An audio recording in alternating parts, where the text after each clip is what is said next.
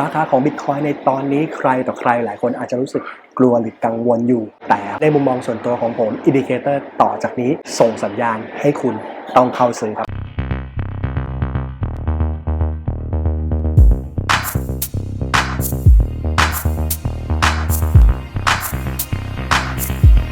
สวัสดีครับผมโค้ชบอลนะครับวันนี้กลับมาเจอกันอีกครั้งแล้วนะครับซึ่งในวันนี้นะครับสิ่งที่ผมตั้งใจจะมาแชร์และแบ่งปันเป็นมุมมองเกี่ยวกับเรื่องของ Bitcoin นั่นเองนะครับซึ่งคลิปก่อนๆที่ผมเคยแชร์แปะเอาไว้นะครับใครที่ยังไม่ได้ดูนะครับสามารถตามไปดูที่ลิงก์ด้านบนกันได้เลยนะครับแต่ก่อนที่ไปรับชมและรับฟังคลิปนี้ผมอยากขอบคุณเพื่อนๆพี่ๆทุกคนเลยนะที่ช่วยเป็นกำลังใจดีๆให้กันกับช่อง Bond Happiness Investor นะผ่านการกดไลค์คลิปนี้ครับกดแชร์คลิปนี้ให้กับคนที่คุณแคร์หรือคนที่คุณรักนะครับกด Subscribe เพื่อเป็นกำลังใจดีๆให้กับผมได้ด้วยเช่นเดียวกันไปจนถึงพิมพ์คอมเมนต์เข้ามาที่ด้านใต้ได้ด้วยนะครับผมและผมมีข่าวดีที่อยากจะบอกเพื่อนๆพี่ๆทุกคนนะครับปัจจุบันนี้นะครับผมมีทำกลุ่ม LINE Open Chat นะครับตามหน้าจอที่เพื่อนๆพี่ๆทุกคนได้เห็นตรงนี้เลยนะครับซึ่งกลุ่มทั้ง3กลุ่มเนี่ยต้องบอกว่าคุณสามารถเข้าร่วมกลุ่มได้ฟรีนะครับโดยภาพทางซ้ายสุดนะครับจะเป็นกลุ่มที่พูดเกี่ยวกับเรื่องของการบริหารจัดการเงินนะครับถ้าวันนี้คุณคิดว่าคุณเป็น1คนนะครับที่ยังบริหารจัดการเงินได้ไม่ดีอยากจะเอาแนวคิดบางสิ่งบางอย่างไปปรับใช้ในชีวิตของคุณสามารถเข้ามาที่กลุ่มด้านซ้ายนี้กลุ่มตรงกลางที่คุณเห็นนะครับจะเป็น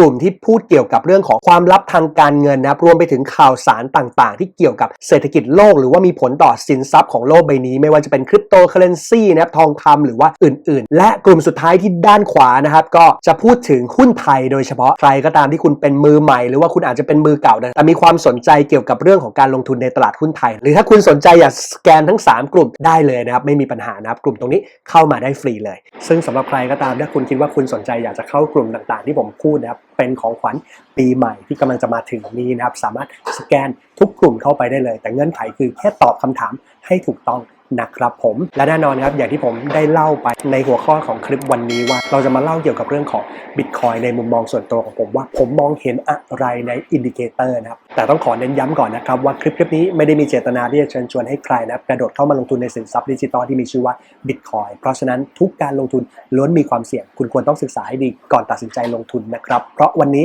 ไม่มีใครหวังดีกับเงินของคุณเท่ากับตัวคุณเองอย่างแน่นอนเดี๋ยวเราลองไปฟังรายละเอียดกันเลยโอเคตอนนี้ครับผมเปิดกราฟของสกุลเงินดิจิตอลที่มีชื่อว่า Bitcoin กันขึ้นมานะครับซึ่งต้องบอกว่าหลายต่อหลายคนคุณอาจจะรู้สึกกังวลในสภาวะปัจจุบันว่า Bitcoin ไม่ดีดขึ้นสักทีแต่อย่างที่บอกนะครับว่าถ้าวันนี้เนี่ยคุณเป็นสายเทรดคุณมีความจำเป็นอย่างมากนะครับที่จะต้องตั้งกลยุทธ์ของคุณให้ดีนะครับมีจุด stop loss ที่ชัดเจนนะครับแต่ถ้าวันนี้เนี่ยคุณเป็นนักลงทุนที่แพลนเอาไว้ว่าเป็นโฮลเดอร์แล้วก็จะถือยาวๆจริงๆนะครับจุดหนึ่งที่ผมอยากจะให้คุณดู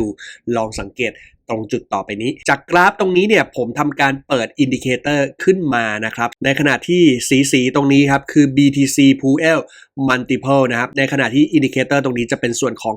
RSI นั่นเองซึ่งใน Time Frame Month เนี่ยเพื่อนๆพี่ๆทุกคนคุณอาจจะเคยดูคลิปก่อนๆแต่ในที่นี้ผมจะให้คุณเห็นบางสิ่งบางอย่างเพิ่มเติมนะครับในจังหวะที่ BTC Pool Multiple ตรงนี้ขึ้นแท่งสีเขียวเนี่ยถามว่าจุดซื้อของคุณควรจะเป็นจุดไหนคุณก็ไปรอในจังหวะที่มันเกิด bullish engulfing ในแท่งนี้นะครับพอมันเกิด bullish engulfing ในแท่งนี้ปุ๊บคุณก็ทำการเข้าซื้อเมื่อคุณทำการเข้าซื้อในแท่งถัดไปต้นทุนของคุณจะอยู่ประมาณ 4.71 นะครับจังหวะที่คุณควรจะเข้าซื้อคุณก็จะเห็นว่านี่ครับ BTC Pool Multiple ขึ้นสีเขียวแล้วก็รอ bullish engulfing เกิดขึ้นที่แท่งนี้นะครับก็ทำการเข้าซื้อแท่งถัดไปต้นทุนจะอยู่ประมาณ 262.9 นะครับในขณะเดียวกันเนี่ยมันก็จะมีจุดให้คุณเข้าซื้อเกิด BTC Pool Multiple เป็นสีเขียวนะครับแล้วก็แท่งเทียนตรงนี้ครับเกิด bullish engulfing ก็ทำการเข้าซื้อแท่งถัดไปต้นทุนประมาณ 3,700 นะครับถ้าคุณสังเกตดีๆนะต้นทุนเนี่ยตรงนี้จากจุดเริ่มต้นประมาณ4จาก4เนี่ยขึ้นมาประมาณ200เลยนะคือประมาณ100เท่านะครับแล้วก็จาก200เนี่ยขึ้นมาประมาณ 3,000 ก็คือตีไปสักประมาณ10เท่าเนาะซึ่งนี่คือจุดปัจจุบันครับเพื่อนๆครับถ้าคุณสังเกตดีๆใน time frame month เนี่ย BTC Pool Multiple ไม่ได้เกิดขึ้นบ่อยๆเห็นไหมครับแล้วถ้าคุณสังเกตเนี่ยตอนที่คุณเข้าซื้อเนี่ยมันอาจจะยังไม่ได้ดีดตัวพุ่งสูงขึ้นโดยทันทีเห็นปะเนี่ยมันคือสักพักหนึ่งตรงนี้ก็เหมือนกันยังไม่ได้ดีดตัวขึ้นทันทีดังนั้นเนี่ยจุดหนึ่งที่สำคัญมากๆคือสิ้นเดือนนี้ครับผมขอย้ำว่าตอนนี้คือเดือนโนเวม ber นะวันที่ผมถ่ายทำอยู่ตรงกับวันที่27พฤศจิกายนเพราะฉะนั้นคุณต้องรอดูครับว่าสิ้นเดือนนี้จะยังคงมีสัญลักษณ์ของ BTC Pool Multiple ที่ทำเฟรมมันตรงนี้อยู่หรือเปล่านะครับถ้าเกิดว่ายังอยู่แน่นอนครับเป็นผมจะรอจังหวะที่มันเกิด bullish engulfing เกิดขึ้นซึ่งถ้าเกิด bullish engulfing เกิดขึ้นก็ทำการเข้าซื้อ แท่งถัดไปในส่วนของ time frame มันก็จะทำให้คุณได้เปรียบในระยะยาวอย่างแน่นอนนะครับผมยิ่งไปกว่านั้นครับถ้าผมย่อมาให้คุณเห็นในส่วนของ time frame week กันสักนิดนึงครับในส่วนของ time frame week ก็ไม่มีอะไรเลยถ้าเกิดจุดที่คุณควรจะเข้าซื้อเนี่ยแน่นอนครับตำแหน่งนี้ RSI มันต่ำเนาะพอเกิดโซนสีเขียวปุ๊บคุณก็ไปรอตอนที่มันเกิด bullish engulfing ก็ได้สำหรับคนที่แบบอยากจะเข้าที่ time frame week เนาะแล้วก็จุดที่คุณควรจะขายก็จะเห็นว่ารอให้ BTC Puel Multiple เนี่ยมันมาโชว์สีแดงตรงนี้แล้วก็ RSI เนี่ยเกิดสัญญาณ overbought เกิดขึ้นก็ได้นะครับซึ่งจะเห็นว่าจุดนี้มี2จุดนะครับให้คุณเลือกขายเลยนะครับผมในขณะเดียวกันตรงนี้จะเกิด BTC Puel Multiple เนาะแล้วก็ RSI ตอนนี้เกิด oversold เกิดขึ้นก็รอจังหวะที่มันเกิด bullish engulfing ค่อยทำการเข้าซื้อก็ได้นะครับตำแหน่งนี้มีการขาย1ครั้งนะครับในขณะที่ RSI ตรงนี้เกิด overbought ด้วยพอดีเลยนะครับตำแหน่งนี้มีจังหวะให้คุณเข้าซื้อนะครับตอนที่ RSI เกิด oversold เกิดขึ้นแล้วก็ BTC Puel Multiple นะครับโชว์สีเขียวขึ้นคุณก็รอ bullish engulfing แล้วก็เข้าซื้อก็ได้นะครับจากนั้นเนี่ยคุณจะเห็นว่ามันจะยังไม่มีสัญญาณในการขายเลยแต่ถ้าเกิดสำหรับใครก็ตามที่คุณรู้สึกว่าเฮ้ยคุณกังวลว่ามันไม่มีสัญญาณของ BTC Puel Multiple เพราะอะไรเพราะมันมีความเป็นไปได้ว่าจุดตรงเนี้ยมันยังขึ้นไปไม่สุดนั่นเองเนี่ยหรอปะเพราะถ้าคุณจำได้เนี่ยตอนที่ Bitcoin มันขึ้น 69,000 เนี่ยปัญหาที่เกิดขึ้นคือมันไปเจออุบัติเหตุของเคสเซลเซียสเคสของ Luna อะไรต่างๆตามกันมาจนล่าสุดก็คือ FTX เนี่ยหรอไหมดังนั้นเนี่ยในมุมมองส่วนตัวของผมมันก็มีความเป็นไปได้นะที่ตลาดมันยังไม่ได้ทำงานอย่างเต็มที่ในรูปแบบของมันเลยยังไม่โชว์สัญญาณของ BTC Puel Multiple เกิดขึ้นก็เป็นไปได้แต่ทั้งนี้ทั้งนั้นอย่างที่บอกครับถ้าเกิดใครที่เป็นสายถือยาวเนี่ยคุณก็จะมีจังหวะรอบในการเก็บเข้าซื้อตอนที่ RSI เนี่ยเกิด oversold เกิดขึ้นแล้วก็ BTC Puel Multiple อย่างที่ได้พูดไปนะครับก็คือโชว์สัญลักษณ์สีเขียวนะครับสิ่งสำคัญที่ผมกำลังจะบอกคุณคืออะไรครับถ้าคุณมาดูรอบนี้นะครับนี่ครับ BTC Puel Multiple โซนนี้เริ่มเกิดสีเขียวเกิดขึ้นแล้วนึกออกไหมในขณะที่ RSI ตรงนี้เกิดการoversold เกิดขึ้นซึ่งแน่นอนครับจุดที่มันควรจะเข้าซื้อเนี่ยมันก็คือควรจะเป็นจังหวะที่มันเกิด engulfing เกิดขึ้นเนาะพอเกิด engulfing เนี่ยก็จะเห็นว่าต้นทุนเต็มที่เลยจะประมาณ 24,600 ซึ่งมันก็เลยเป็นที่มาที่ผมเคยบอกในคลิปก่อนๆว่าต้นทุนเต็มที่แย่ที่สุดเลยคือ 25,000 ในรอบนี้ซึ่งถ้า 25,000 คุณก็จะเห็นว่ามันดีดตัวขึ้นมาจากรอบเดิมเนี่ย 3,000 ใช่ป่ะก็ขึ้นมาสักประมาณเกือบ10 เท่านั่นเองแต่จุดสำคัญคือณบริเวณตรงนี้ครับบางคนอาจจะตัดสินใจเก็บสะสมก็ได้นะต้องบอกคุณก่อนว่าคุณอาจจะตัดสินใจเก็บสะสมที่ตำแหน่ง BTC Puel Multiple ตรงนี้ก็ได้แต่ต้องอย่าลืมนะว่า RSI ตรงนี้มันไม่ได้เกิดการ oversold เกิดขึ้นเนาะเพราะฉะนั้นเนี่ยนั่นหมายความว่าตำแหน่งตรงนี้มันแค่ให้คุณเก็บเพิ่มเฉยๆแต่ถ้าเกิดคุณจะเอาจุดที่แบบเรียกได้ว่าโอกาสระยะยาวเนี่ยคุณไปได้สวยเนี่ยมันก็คือผ่านมาตั้งแต่รอบของเดือนตุลาปี22ปีนี้นั่นเองนะครับแต่ณตอนนี้เราก็บอกได้อย่างหนึ่งว่า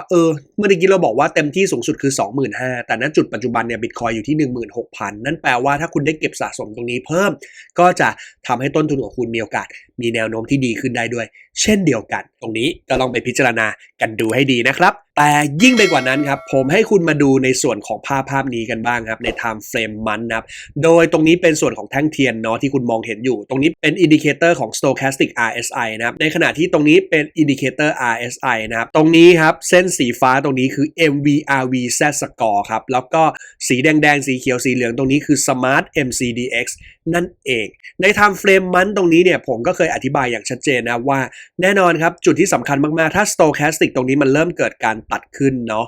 แล้วก็ถ้าคุณดูเนี่ย MVRV Z score เนี่ยสิ่งที่เกิดขึ้นคือมันเข้าสู่โซนสีเขียวตรงนี้นะแล้วก็ Smart MCDX เนี่ยคุณจะเห็นว่าสีแดงของมันเนี่ยแทบไม่โผล่มาขึ้นมาเลยเห็นปะคือมองไม่เห็นเลยนะแทบจะมองไม่เห็นเลยนะซึ่งตำแหน่งบริเวณตรงนี้เป็นตำแหน่งที่คุณควรจะเก็บสะสมเข้าซื้อซึ่งแน่นอนถ้าเกิดคุณรอให้มันเกิด bullish engulfing ก็คือแท่งนี้คุณจะได้ทำการเข้าซื้อที่ 4.71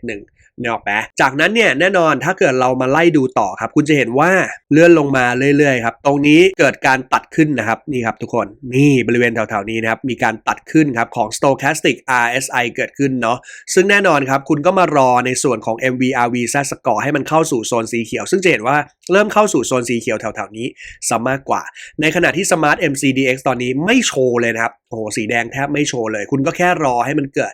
bullish engulfing ก็เห็นว่าเกิดแท่งนี้เนาะทำการเข้าซื้อแท่งถัดไปก็ต้นทุนจะอยู่ประมาณ262นั่นเองจากนั้นเนี่ยถ้าคุณมาสังเกตต่อตรงนี้ครับ stochastic RSI เริ่มเกิดการตัดขึ้นบริเวณแถวๆนี้เนาะ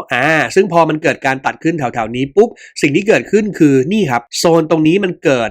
ชนพอดีนะครับคือแนบพอดีเลยนะครับในส่วนของ MVRV Z Score เนี่ยมันแนบแดนสีเขียวนะในขณะที่ Smart MCDX ตรงนี้สีแดงแทบจะไม่โผล่ขึ้นมาเลยเราก็จะเห็นชัดเจนว่าตรงนี้เกิด bullish engulfing ถ้าคุณทำการเข้าซื้อก็จะได้ต้นทุนประมาณ 3,700 นั่นเองสิ่งหนึ่งที่ผมอยากจะบอกเพื่อนๆพี่ๆทุกคนสังเกตดีๆครับผมจะบอกคุณว่าตอนนี้ Stochastic RSI มันเกิดการตัดขึ้นที่แท่งก่อนหน้านี้แล้วนะเห็นไหมนี่บริเวณตรงนี้นะครับ1 ตุลาปี 22ซึ่งจะเห็นว่าเมื่อตะกี้เนี่ย BTC Puel Multiple เนี่ยที่เราเห็นไหมประมาณเดือนตุลาเนาะมันคือสัญญาณที่บอกว่าคุณควรจะเก็บสะสมเข้าซื้อนะครับแต่ในขณะเดียวกันตอนช่วง1 ตุลาตรงนี้เนี่ยมันคือจุดที่คุณเห็นว่ามันยังไม่ได้เกิด bullish engulfing นึกออกไหมในขณะเดียวกัน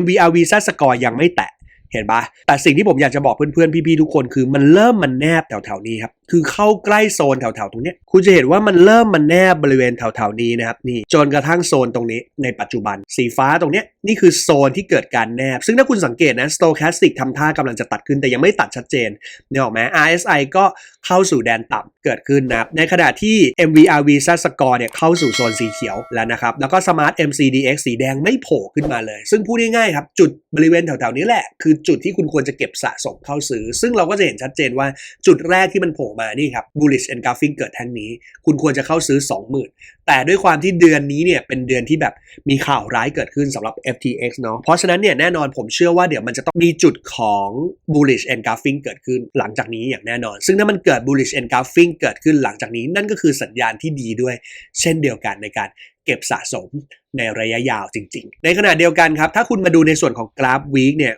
กราฟ week เห็นชัดมากครับบริเวณของ MVRV Z Score ตรงนี้โอ้โหมันแนบยาวๆเลยนะพี่น้องเห็นปะแสดงว่าโซนตรงนี้คือโซนที่คุณเนี่ยควรจะเริ่มเก็บสะสมเข้าซื้อได้แล้วในขณะที่ Smart MCDX เนี่ยสีแดงแทบไม่โผล่มาเลยเห็นไหมนั่นแปลว่าในสภาวะตั้งแต่ 18,000 ลงมาเนี่ยครับมันคือจุดที่เรียกได้ว่าการที่คุณเก็บสะสม Bitcoin เนี่ยมันคือสัญญาณที่คุณจะ